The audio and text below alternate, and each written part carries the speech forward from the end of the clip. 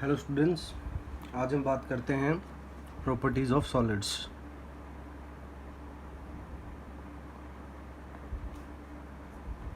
कुछ property discuss करेंगे solids की। स्टूडेंट्स, जैसा कि आप जानते हैं कि सॉलिड्स की कुछ प्रॉपर्टी हैं जो डायरेक्टली उनके स्ट्रक्चर या कंपोजिशन से एक्सप्लेन हो सकती हैं। वे प्रॉपर्टी हैं इलेक्ट्रिकल प्रॉपर्टीज़, मैग्नेटिक प्रॉपर्टीज़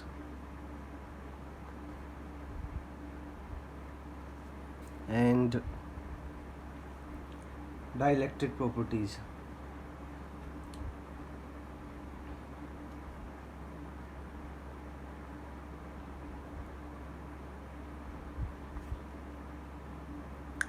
इनको एक एक करके हम आगे डिटेल में स्टडी करेंगे। Let's start with electrical properties.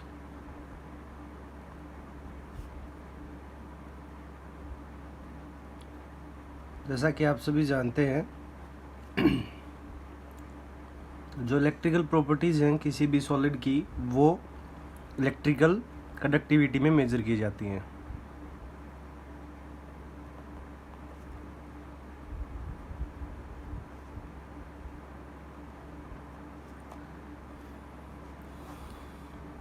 Solids के केस में इलेक्ट्रिकल कंडक्टिविटी है वो काफ़ी लंबी रेंज में वेरी करती है, चेंज करती है। इसकी जो रेंज है वो रहेगी 10⁻⁻20 to 10⁻7 ohm inverse metre inverse. तो on the basis of this value of electrical conductivity हम सॉलिड्स को तीन डिफरेंट टाइप में डिवाइड करते हैं, जो हैं कंडक्टर्स, सेमीकंडक्टर्स एंड इंसुलेटर्स।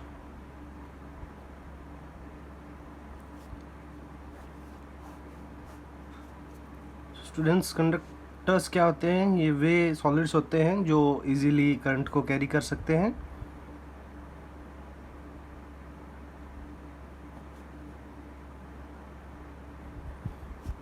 इनके अंदर जो इलेक्ट्रिकल कंडक्टिविटी की रेंज होती है, value, that is 10⁻7 to 10⁻4 ohm inverse metre inverse.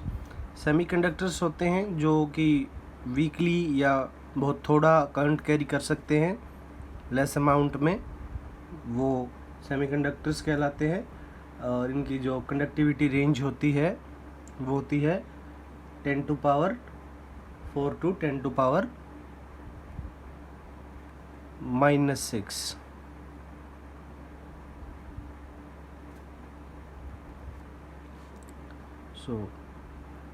Less current carry करते हैं ये। और जो इंसुलेटर्स होते हैं वो ऑलमोस्ट नेग्लिजिबल करंट कैरी करते हैं, नो करंट एक्चुअली इनके अंदर फ्लो कर सकता है। और इनकी जो रेंज होती है वो होती है 10⁻⁻10 to 10⁻⁻20 ohm inverse metre inverse. Example की अगर बात करें तो कंडक्टर्स में for example most of the metals जैसे silver more conductive than copper than aluminium. ऐसे ही सेमीकंडक्टर्स के अंदर हम अगर बात करें तो सिलिकॉन, जर्मेनियम जैसे जो मेटलाइड्स होते हैं वो सेमीकंडक्टर्स की तरह बिहेव करते हैं। और rest of the things like glass, plastic, rubber etcetera, ये इंसुलेटर की तरह बिहेव करते हैं। अब स्टूडेंट्स, हम बात करते हैं conduction of electricity through metals. Conduction कैसे होता है?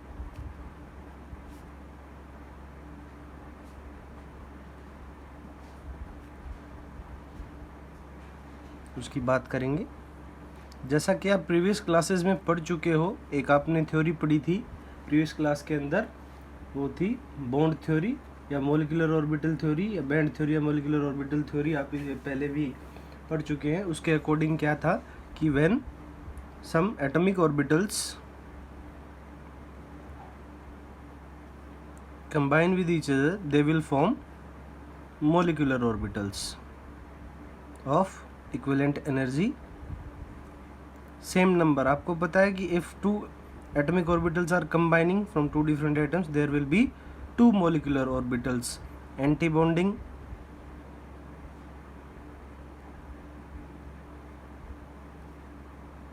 molecular orbital and bonding molecular orbital. ऐसे ये दो ऑर्बिटल में डिफ्रेंशिएट हो जाते हैं। लेकिन जब हम बात करते हैं कंडक्शन की तो हम इसको मोलिकुलर ऑर्बिटल्स को एनर्जी बैंड की फॉर्म में रिप्रेजेंट करते हैं। तो वहाँ पे हम कैसे करते हैं कि ये जो एटॉमिक ऑर्बिटल्स हैं ये कंबाइन करते हैं और मोलिकुलर ऑर्बिटल्स बनाते हैं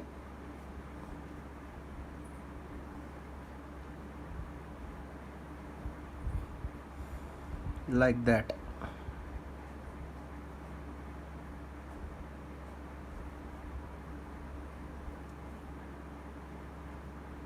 एक्चुअली जो दो एंटी बॉन्डिंग और बॉन्डिंग ऑर्बिटल है वो जब हम कंडक्शन एक्सप्लेन करते हैं तो इसको हम दो एनर्जी लेवल्स की वो फॉर्म में एक्सप्लेन करते हैं। जो अपर लेयर या अपर ऑर्बिटल्स होते हैं वो अलग, और जो इसके नीचे के लोअर ऑर्बिटल्स होते हैं या जो फर्स्ट ऑर्बिटल्स होते हैं जिनके अंदर बेसिकली अगर हम आप एग्जांपल की अगर हम बात करते हैं तो if we talk about lithium molecule Li2, तो उसमें एक लिथियम एटम का एक वैलेंस इलेक्ट्रॉन, दूसरे लिथियम एटम का एक वैलेंस इलेक्ट्रॉन, ये दोनों लिथियम एटम के वैलेंस इलेक्ट्रॉन हैं। जब ये कंबाइन करेंगे तो जैसा कि आप बैंड थ्योरी के अकॉर्डिंग पढ़ चुके हो कि सबसे पहले लोवेस्ट एनर्जी लेवल या बॉन्डिंग ऑर्बिटल में ये दोनों इलेक्ट्रॉन जाके पेयर करेंगे और जो एंटी बॉन्डिंग ऑर्बिटल है वो खाली रहेगा। तो ऐसे ही जब हम एनर्जी की फॉर्म में इसको डिस्कस करते हैं तो जो लोअर ऑर्बिटल है या लोअर एनर्जी वाला जो ऑर्बिटल है जिसमें इलेक्ट्रॉन फिल करते हैं that is known as valence band.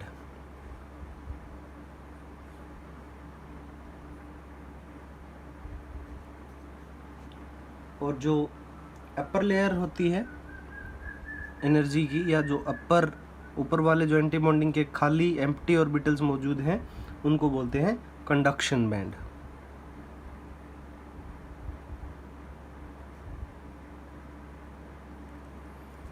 तो स्टूडेंट्स इस थ्योरी के आधार पर एक्सप्लेन किया जाता है कि how in case of metals और in case of conductor, semiconductor और insulator how current can be carried out.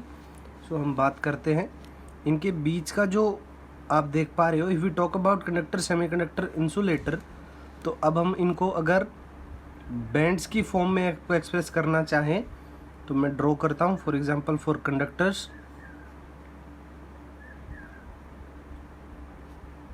This is conduction band, और उससे बिल्कुल अटैच्ड या ओवरलैप्ड भी हो सकता है ये वैलेंस बैंड होता है। तो जो नीचे के इलेक्ट्रॉन होते हैं मौजूद होते हैं वो नीचे वाले वैलेंस बैंड के अंदर मौजूद होते हैं। आप देख पा रहे हो कि ये ओवरलैप कर रहे हैं, एक दूसरे के साथ अटैच्ड है। तो जैसे ही हम टेम्परेचर राइज करते हैं या एक्सटर्नल इलेक्ट्रिक फील्ड हम इसके साथ कनेक्ट करते हैं तो this electron can easily jump to conduction band, that's why movement of electron will takes place and current can be carried out through the metal। अगर हम बात करें सेमीकंडक्टर्स की तो सेमीकंडक्टर के जो कंडक्शन बैंड होता है और जो वैलेंस बैंड होता है इनके बीच में गैप होता है, इनमें डिफरेंस थोड़ा ज़्यादा होता है। इस गैप को बोला जाता है एनर्जी गैप। ये वैलेंस बैंड, ये कंडक्शन बैंड। इसीलिए इजीली इलेक्ट्रॉन वैलेंस बैंड से कंडक्शन बैंड में नहीं पहुंच पाते हैं, मूवमेंट नहीं होती है, इसलिए वो ज़्यादा करंट कैरी नहीं कर सकते। लेकिन जैसे ही हम टेम्परेचर राइज करते हैं वैलेंस बैंड में मौजूद इलेक्ट्रॉन्स की एनर्जी इंक्रीज करती है, they can easily jump to conduction band और इलेक्ट्रिसिटी कैरी की जा सकती है। Hence with increase in temperature conductivity of semiconductor increases. अगर हम बात करें इंसुलेटर्स की तो इनके बीच का जो गैप होता है कंडक्शन बैंड और वैलेंस बैंड का वो बहुत ज़्यादा होता है।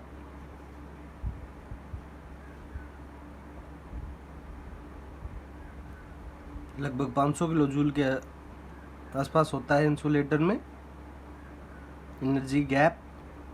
सो यहाँ से आप देख पा रहे हैं कि इलेक्ट्रॉन इजीली वैलेंस बैंड से कंडक्शन बैंड में जंप नहीं करेंगे, मूवमेंट नहीं होगी। अगर मूवमेंट नहीं होगी तो करंट कैरी नहीं किया जा सकता। हाँ, बहुत ज़्यादा टेम्परेचर इंक्रीज करके हम थोड़ा सा कंडक्शन इनके अंदर इंक्रीज कर सकते हैं, बढ़ा सकते हैं।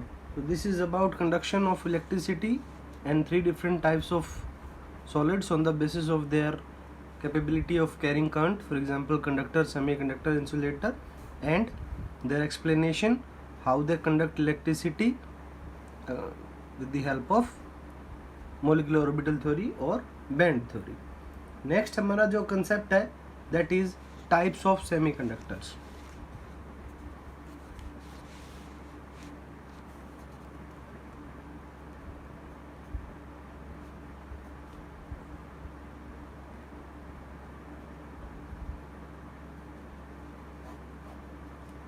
टाइप की बात करें तो semiconductors are of 2 main type, intrinsic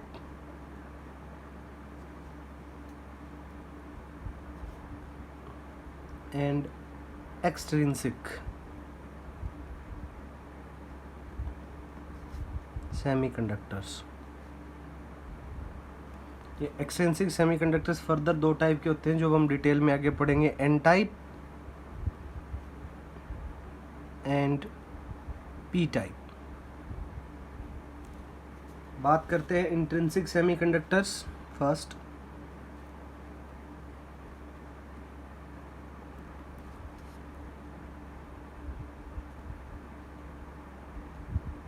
जो इंट्रिंसिक सेमीकंडक्टर्स वे होते हैं, for example silicon and germanium, जो अपनी नेचुरल स्टेट में कुछ थोड़ा बहुत करंट कैरी कर सकते हैं, या with slightly increase in temperature we can conduct their electricity.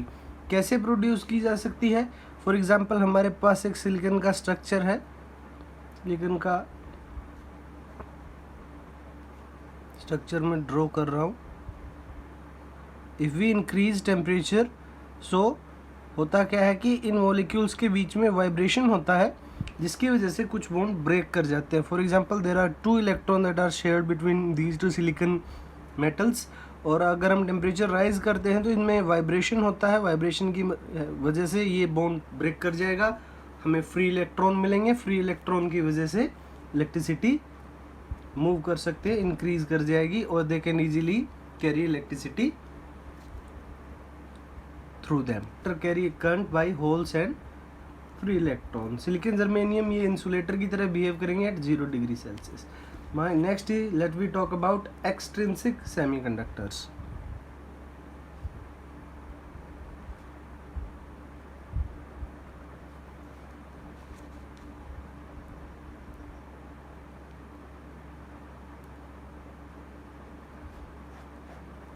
Extrinsic semiconductors की बात करें, जैसे हम बात करते हैं सिलिकॉन, आर्सेनिक, कुछ एग्जांपल हम ऐसे डिटेल में डिस्कस करेंगे कि नॉर्मली जो हमारे सेमीकंडक्टर्स होते हैं वे पुअर कंडक्टर ऑफ इलेक्ट्रिसिटी होते हैं, बट अगर हम उनके अंदर इम्प्योरिटी ऐड कर देते हैं, फॉर एग्जांपल हमारे पास 3 ग्रुप के एलिमेंट है, group 13, group 14 and group 15 of periodic table. Group 13 में हमारे पास है boron, aluminium, gallium, indium. Group 14 में हमारे पास है carbon, silicon, germanium, tin. 15th group में है हमारे पास nitrogen, phosphorus, arsenic, antimony and so on. तो इनकी बात करते हैं। हम बात करें एक्सटेंसिव सेमीकंडक्टर्स की, कि हमारे जो पुअर सेमीकंडक्टर हैं उनको अगर हम उनके अंदर इम्प्योरिटी ऐड कर देते हैं, फॉर एग्जांपल अगर हमारे पास 14th ग्रुप का सिलिकॉन है और उसके अंदर हम 13th ग्रुप की आर्सेनिक गैलियम या फिर 15th ग्रुप के आर्सेनिक की अगर हम इम्प्योरिटी ऐड कर देते हैं तो उसके अंदर चेंज आ जाता है। उसके पास या तो फ्री इलेक्ट्रॉन हो जाएगा या फिर उसके पास एम्प्टी होल हो जाएगा, जिसकी वजह से वो उसकी कंडक्टेंस बढ़ जाएगी। तो ऐसे जो इम्प्योरिटी का एडिशन होता है that is known as doping. Doping actually adding impurity to semiconductor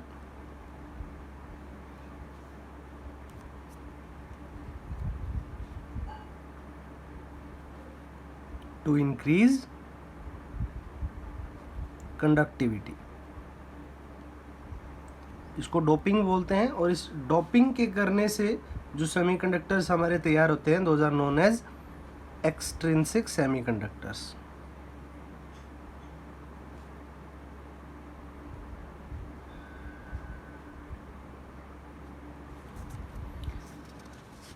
basically हमारे पास दो टाइप के एक्सट्रिंसिक सेमीकंडक्टर्स होते हैं। Let's start with the first one, that is N type. N type of semiconductors.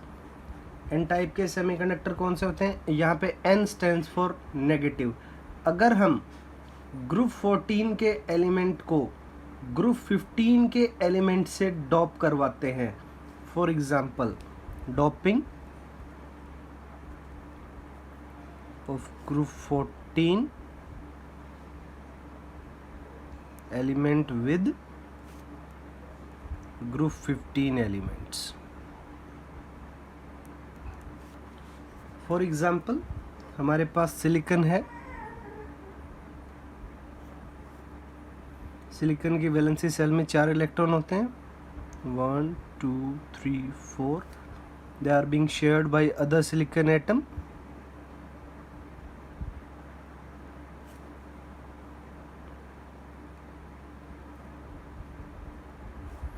अगर हम डोपिंग करवाएं तो किसी पर्टिकुलर सिलिकॉन एटम के साथ अगर हम डोपिंग करवा रहे हैं आर्सेनिक, जो कि एक ग्रुप 15 एलिमेंट है, तो वो सिलिकॉन के कुछ एटम की जगह ऑक्यूपाई कर लेता है। और जैसा कि आप जानते हैं आर्सेनिक की वैलेंसी सेल में 5 इलेक्ट्रॉन होते हैं, तो 4 इलेक्ट्रॉन तो ये अपने नेबर्स के साथ शेयर कर लेगा, जबकि इसके पास एक एक्स्ट्रा इलेक्ट्रॉन बच जाएगा जो कि कंडक्टिविटी इंक्रीज करने में हेल्प करता है। क्योंकि ये एक एक्स्ट्रा इलेक्ट्रॉन है जिसके ऊपर नेगेटिव चार्ज है, इसलिए इसको बोला जाता है N type semiconductors. Next one is P type semiconductors.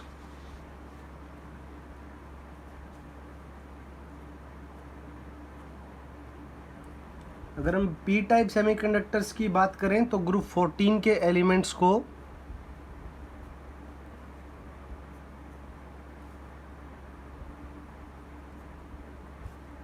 डॉप किया जाता है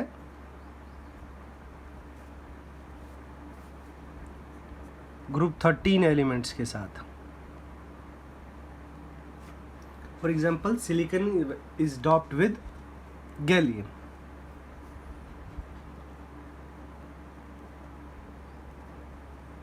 यहाँ पे हमारे पास सिलिकॉन के 4 एटम हैं जिनके अंदर एक एक इलेक्ट्रॉन शेयर्ड है।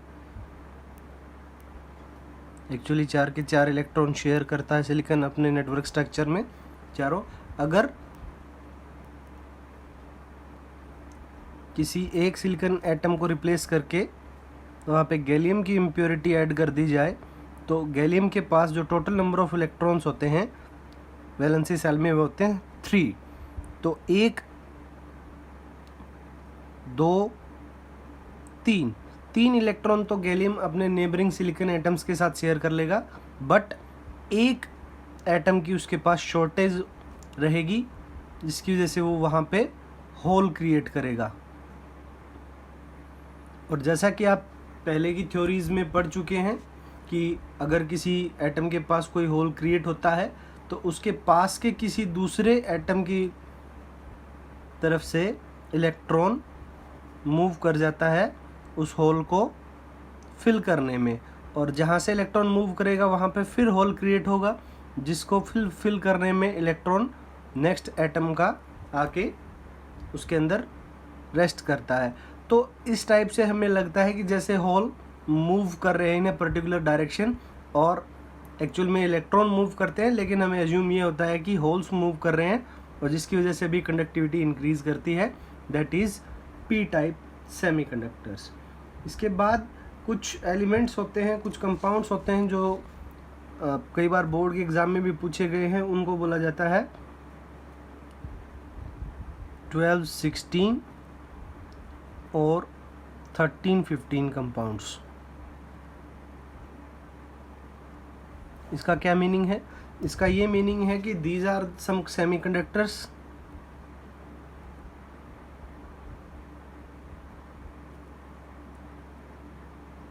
प्रीपेयर्ड, बात करें 12-16 की, these are semiconductors prepared with doping of group 12 and 16। In the same way 13-15 compounds ये भी सेमीकंडक्टर्स होते हैं which are prepared by 13 and 15 group doping. ऐसा करते क्यों है? इनकी डोपिंग से जो सेमीकंडक्टर्स प्रोड्यूस होते हैं they are of very good quality. ये इनके भी 4 वैलेंस इलेक्ट्रॉन्स होते हैं, they give very fast response और कंप्यूटर चिप्स बनाई जाती हैं। एक्चुअली उन्होंने इनकी प्रिपरेशन से रिवॉल्यूशन आया है सेमीकंडक्टर्स की दुनिया में। नेक्स्ट हम बात करते हैं कुछ एप्लीकेशन सेमीकंडक्टर्स की।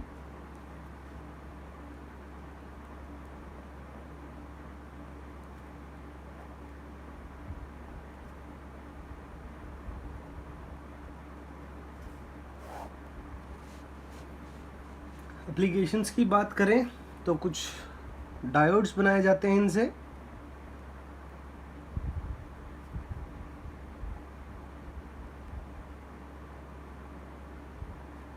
रिपेयर किया जाता है बाई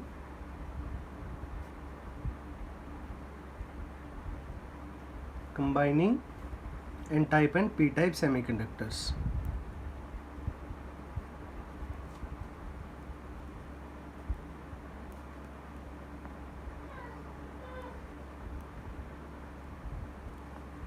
काम क्या करते हैं? These are used as rectifiers. Rectifiers क्या होते हैं? रेक्टिफायर्स भी होते हैं विच कन्वर्ट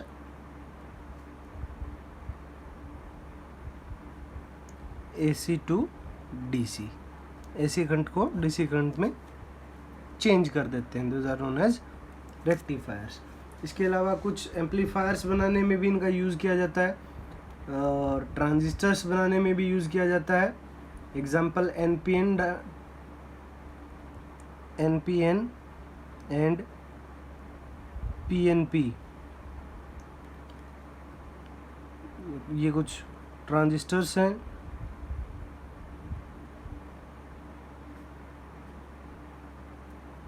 ये डिटेक्ट करते हैं। What are they used for? Detection and amplify. कौन सी को? रेडियो और ऑडियो सिग्नल्स को।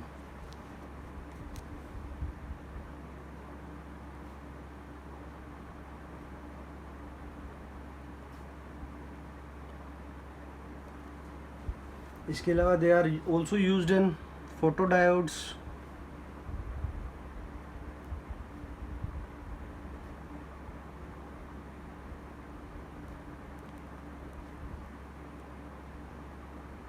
फोटोडायोड्स में यूज़ होते हैं जो आप कहाँ पे देखते हैं?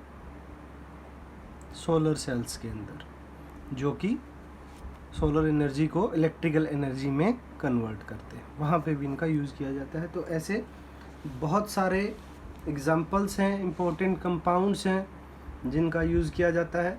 फॉर एग्ज़ाम्पल 12, 16, 13, 15 की हमने बात की थी। यहाँ पे कुछ एग्जांपल्स लिखते हैं जो 12, 16 कंपाउंड्स हैं, उनके कुछ एग्जांपल हैं जैसे ZNO, ZNS, ZNSE, CDO। Examples important हैं। CDS, CDSC। 13, 15 के कुछ एग्जांपल्स हैं group compounds. Examples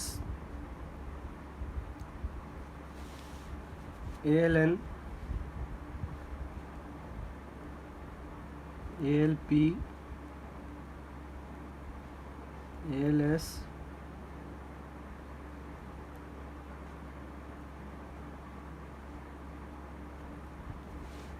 gallium arsenide, etc. These are few examples of the very important semiconductors of chemistry. Semiconductor section तक यहाँ पे हमारी इलेक्ट्रिकल प्रॉपर्टीज़ ख़त्म होती हैं. नेक्स्ट सेक्शन में हम पढ़ेंगे मैग्नेटिक प्रॉपर्टीज़. नेक्स्ट हम बात करते हैं मैग्नेटिक प्रॉपर्टीज़.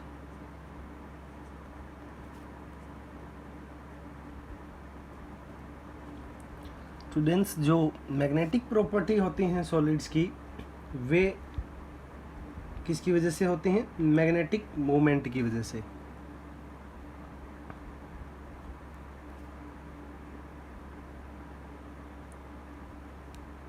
मैग्नेटिक मोमेंट से मैग्नेटिक प्रॉपर्टी अराइज करती हैं. और ये जो मैग्नेटिक मोमेंट होती है, ये किसकी होती है? This is of electrons. Electron जो मौजूद होते हैं, वे मैग्नेटिक प्रॉपर्टीज़ अराइज करने के लिए रिस्पॉन्सिबल होते हैं. वे एक टाइनी मैग्नेट की तरह बिहेव करते हैं because they have two different motions. Electron behave as tiny magnets.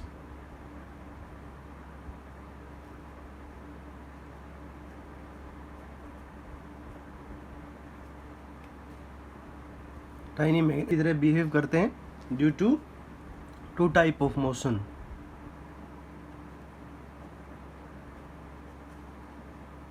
कौन कौन सा होता है? Number 1, orbital motion of electron.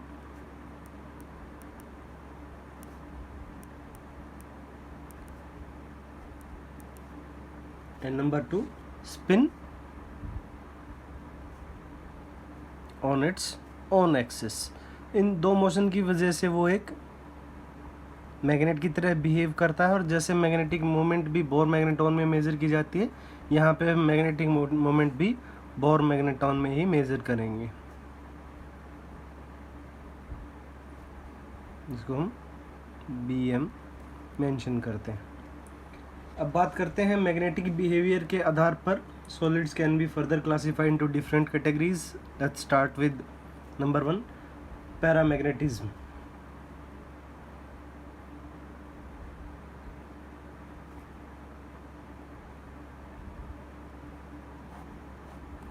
Paramagnetism की बात करते हैं तो अगर किसी सॉलिड के अंदर इलेक्ट्रॉन्स अलाइन है, किसी अनपेड इलेक्ट्रॉन किसी सिंगल डायरेक्शन में अलाइन होने की वजह से क्या होती है कि इन इलेक्ट्रॉन्स के साथ जो मैग्नेटिक मोमेंट अटैच है, उसकी वजह से मैग्नेटिक प्रॉपर्टी अराइज करती हैं. एक ही डायरेक्शन में स्पिन अगर इलेक्ट्रॉन्स की मौजूद है, तो ऐसे जो सब्सटेंस होते हैं they are weakly attracted by the magnetic field.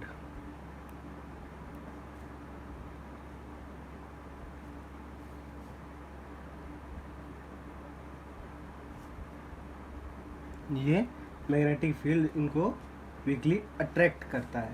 लेकिन ऐसे जो सब्सटेंस होते हैं, ये जैसे ही हम एक्सटर्नल मैग्नेटिक फील्ड रिमूव करते हैं, they will lose their magnetic property. So no magnetic property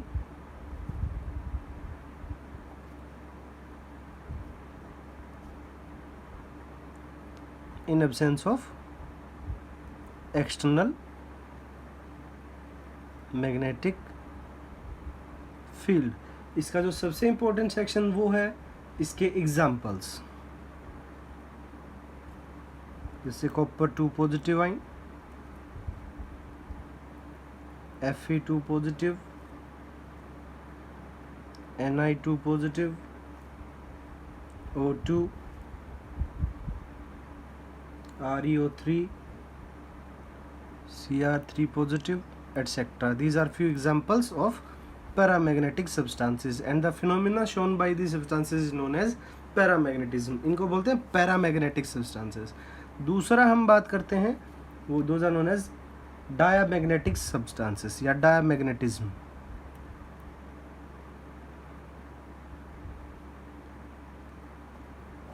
diamagnetism या डायमैग्नेटिक सब्सटेंस कौन से होते हैं? जिनके अंदर जो वैलेंस इलेक्ट्रॉन होते हैं वे पेयर्ड होते हैं.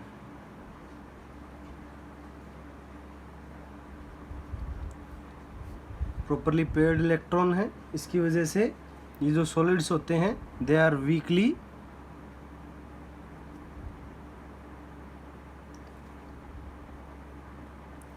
Repelled in external magnetic field. ये वीकली रिपेल करते हैं। रीज़न क्या होता है कि अपोजिटिव स्पिन के साथ इलेक्ट्रॉन जब अरेंज करते हैं तो वे एक दूसरे की मैग्नेटिक मूवमेंट को कैंसिल आउट कर देते हैं। जो रिजल्टेंट मैग्नेटिक मूवमेंट होती है या जो मैग्नेटिक प्रॉपर्टी होती है वो कैंसिल आउट हो जाती है, इसलिए ये वीकली रिपेल करते हैं सभी इलेक्ट्रॉन पेयर्ड होने की वजह से। एग्जाम्पल है NaCl, MgO, H2O, C6H6, N2 etcetera. कुछ और पेरोक्साइड्स भी होते हैं जो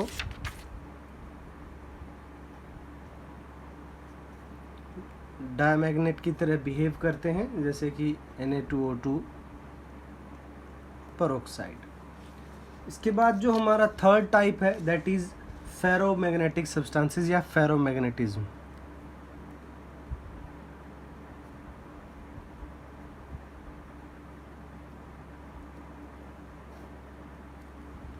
Ferromagnetism. Actually, these are the substances which are strongly attracted by magnets.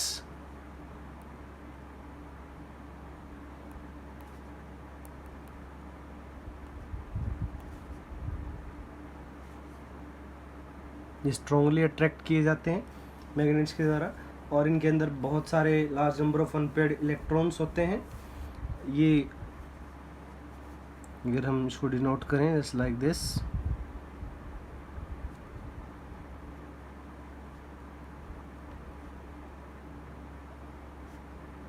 large number of unpaired electrons, इसकी वजह से these are strongly attracted by magnets। तो इनकी जो मैग्नेटिक प्रॉपर्टी होती है, best examples are Fe, CO, Ni, Zd, CrO2 etc. These are few examples of ferromagnetic substances. In solids में actually में होता क्या है कि आप एक नोट डालें यहाँ पे, इन सॉलिड्स के अंदर ये एक्चुअली जो मेटल्स के आयंस होते हैं they ions some ions of metals are present in small clusters. छोटे छोटे क्लस्टर्स में बना के रहते हैं जिनको बोलते हैं नोन एज डोमेन्स। मेटल में क्या होता है कि कुछ कुछ आयन मिल के छोटे छोटे ग्रुप्स में मौजूद रहते हैं जिनको डोमेन्स बोलते हैं। ये डोमेन भी अपने आप में एक प्रॉपर मैग्नेट का काम करता है, एक पूरे मैग्नेट की तरह बिहेव करता है।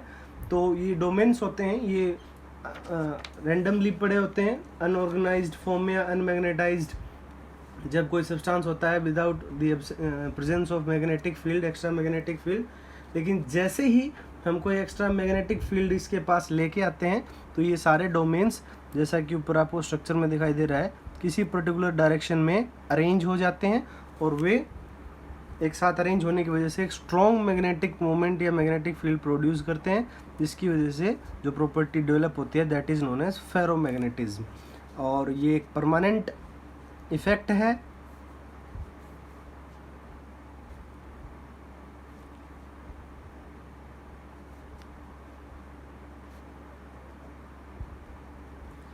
और also stay in absence of magnetic field. जब हम मैग्नेटिक फील्ड हटा भी लेते हैं उसके बावजूद भी ये मैग्नेटिक प्रॉपर्टी सब्सटेंस में मौजूद रहती है। इसके बाद जो नेक्स्ट हमारा है वो है एंटी फेरोमैग्नेटिक सब्सटेंसेस या एंटी फेरोमैग्नेटिज्म।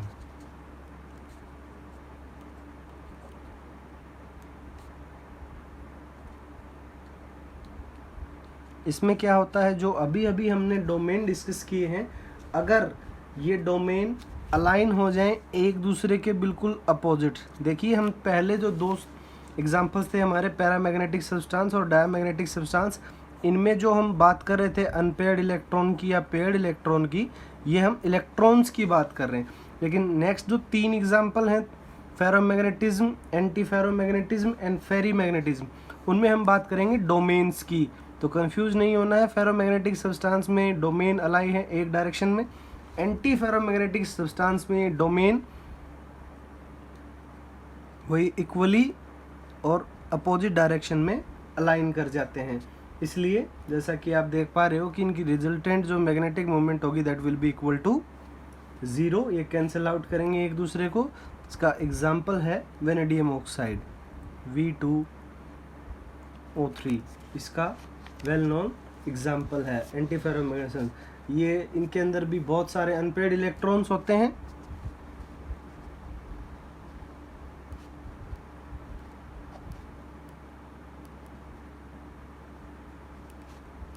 बहुत सारे अनपेयर्ड इलेक्ट्रॉन इनके अंदर मौजूद होते हैं और उसके बावजूद भी इनकी मैग्नेटिक मोमेंट जो होती है वो 0 है। उसका रीज़न हम अभी आपको एक्सप्लेन कर चुके हैं। और ये इनकी जो अलाइनमेंट है अपोजिट डायरेक्शन में पूरी तरीके से अरेंज हो जाती है। इसके अलावा इसके कुछ और एग्जाम्पल हैं। For example MnO,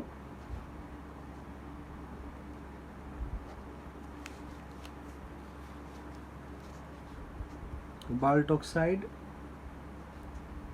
nickel oxide, ferric oxide etcetera. These are few examples. इसके बाद जो नेक्स्ट हमारा टाइप है, लास्ट टाइप सॉलिड्स की on the basis of magnetic property, वो है फेरी मैग्नेटिज्म।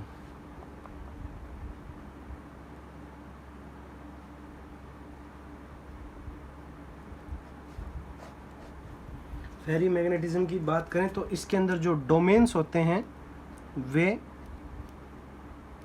रैंडमली अलाइंड होते हैं, इक्वल एंड अपोजिट डायरेक्शन होते में अलाइन करते हैं, बट जो रिजल्टेंट डाइपोल मोमेंट है that is not equal to 0, because जैसा कि आप स्ट्रक्चर से देख पा रहे हो कि जो डायरेक्शन है डोमेन्स की वो इक्वल नहीं है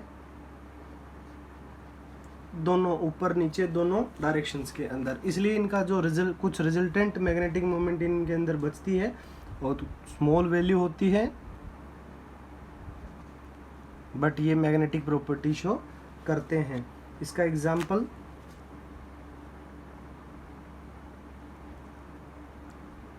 Fe3O4, इसका एक नॉन एग्जाम्पल है।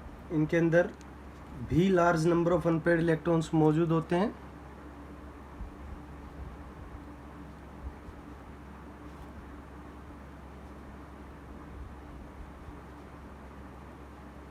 जो कि अलाइन करते हैं but not in equal amount. और ये वीकली अट्रैक्ट होते हैं मैग्नेट के द्वारा।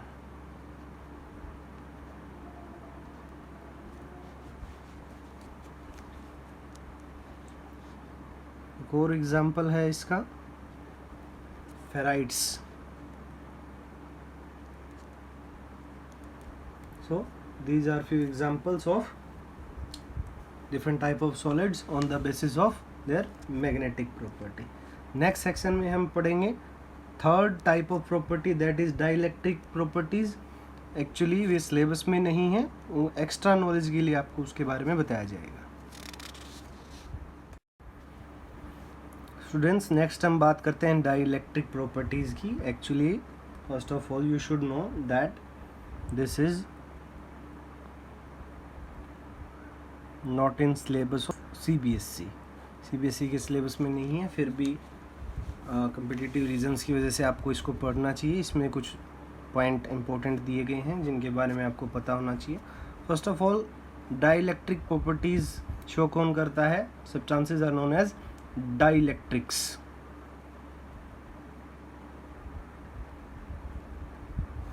डाइलेक्ट्रिक्स होते क्या हैं? These are actually solids which are insulators.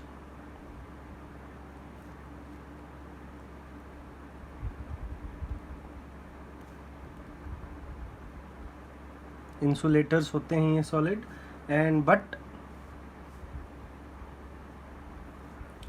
they can transfer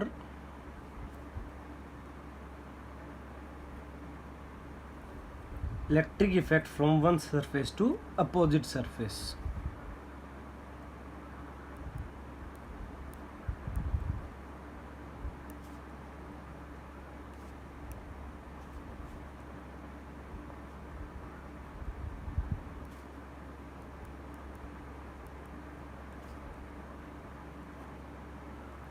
Without flow of current.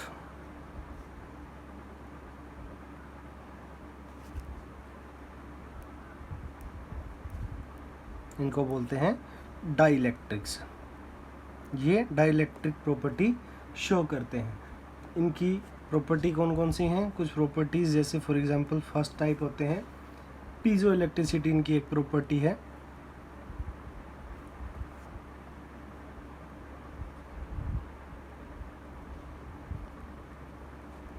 इसमें क्या होता है, कुछ सब्सटेंस, कुछ क्रिस्टल्स होते हैं, वे इलेक्ट्रिसिटी प्रोड्यूस करते हैं under mechanical stress.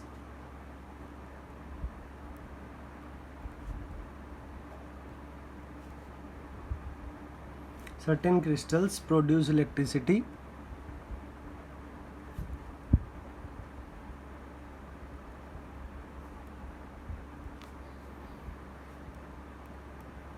under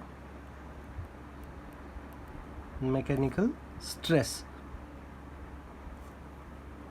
or you can say that press. आप किसी क्रिस्टल को प्रेस करते हैं, उस पर सर्टेन स्ट्रेस अप्लाई करते हैं, तो वो इलेक्ट्रिसिटी प्रोड्यूस करता है. These are known as piezo electricity. This type of electricity is known as is called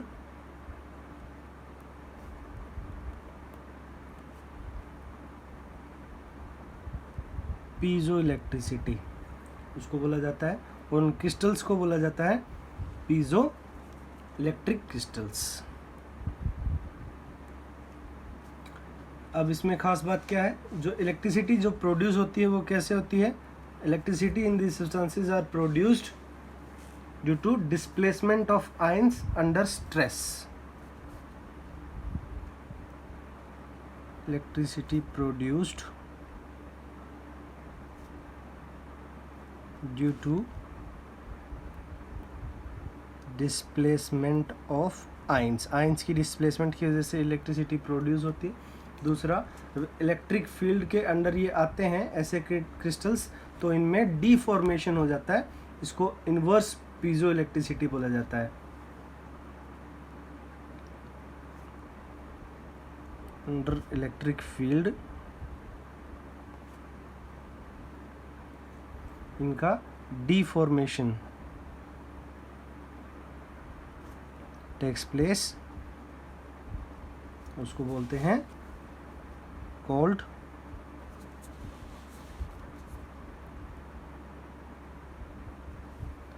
inverse piezoelectricity. इनको ये यूज़ कहाँ किया जाता है? This type of compounds are being used in sound pickups in record players. These crystals are used as sound pickups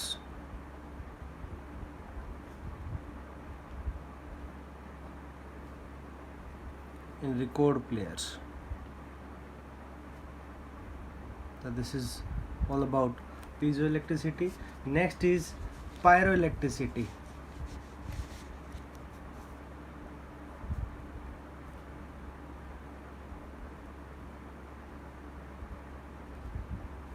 pyro electricity क्या होता है? Just like piezo electricity, जैसे पीजो इलेक्ट्रिसिटी में मैकेनिकल स्ट्रेस और प्रेस की वजह से electricity produce होती है, वैसे पायरो मीन्स हीट.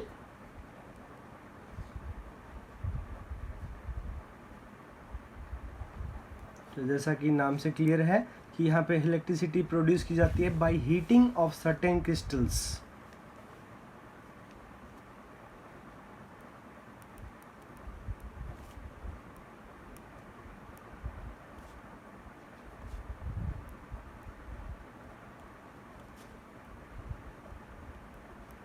कुछ क्रिस्टल्स को हीट करके इलेक्ट्रिसिटी प्रोड्यूस की जाती है, पायरो इलेक्ट्रिसिटी। इसमें भी डिस्प्लेसमेंट ऑफ आयन होता है upon heating, produced due to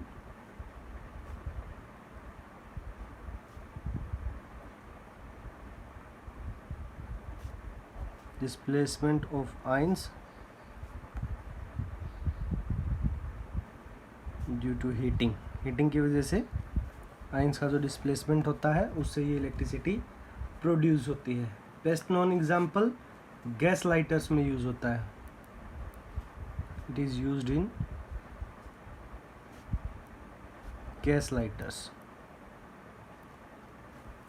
तीसरा है फेरो electricity.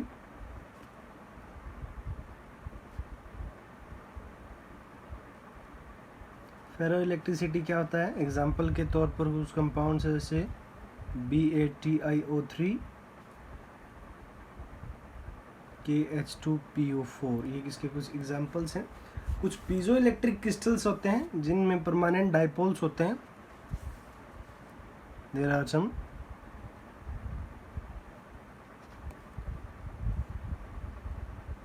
piezoelectric crystals having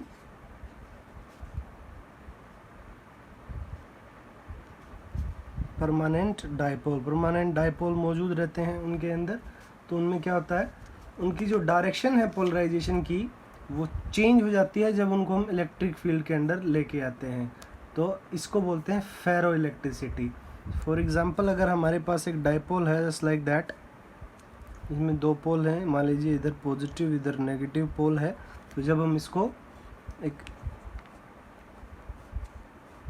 external electric field के अंदर लेके आते हैं जिसका इधर पॉजिटिव चार्ज और इधर नेगेटिव टर्मिनल है, तो इसकी जो पोलराइजेशन होती है वो इन्वर्स हो जाती है। इधर -s और इधर +s उसका शिफ्ट हो जाएगा, इन्वर्जन हो जाएगा डाइपोल मोमेंट का इसका या इसकी पोलराइजेशन का इलेक्ट्रिक फील्ड में। इनको फेरो इलेक्ट्रिसिटी बोला जाता है। इनको फेरो इलेक्ट्रिक्स बोलते हैं सॉलिड्स को। Example I have already told you, and the last one is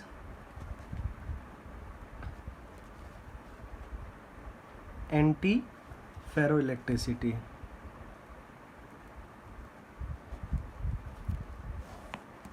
एंटी-फेरोइलेक्ट्रिसिटी क्या होता है? एग्जाम्पल के तौर पर ICl PbZrO3 का एग्जाम्पल डिस्कस करते हैं। जब किसी भी क्रिस्टल को पोलराइज किया जाता है ऑल्टरनेटिवली, देन इसकी जो नेट डाइपोल मोमेंट है that become zero. When any crystal is polarised alternatively then its net dipole moment become zero. For example मान लीजिए plus minus minus plus plus minus minus plus plus minus. तो ये crystal है, जब इस crystal को polarise किया जाता है ऑल्टरनेटिवली, आप देखिए इधर प्लस माइनस पोलराइजेशन है, इधर माइनस प्लस, इधर प्लस माइनस माइनस प्लस। तो इसकी जो नेट डाइपोल मोमेंट है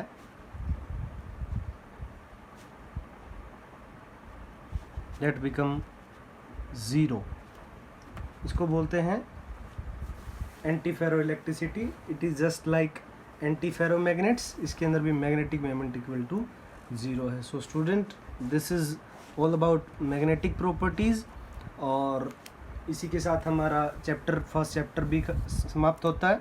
अब आपको करना है, इसके असाइनमेंट्स आपको सॉल्व करने हैं जो भी आपको सेंड किए गए हैं, या कोई भी प्रॉब्लम अगर आपको किसी भी टॉपिक में अगर राइज होती है तो आप कमेंट सेक्शन में पूछ सकते हैं। और इसके साथ साथ जो NCERT की एंड एक्सरसाइज इन टेक्स्ट और एंड एक्सरसाइज है उसको भी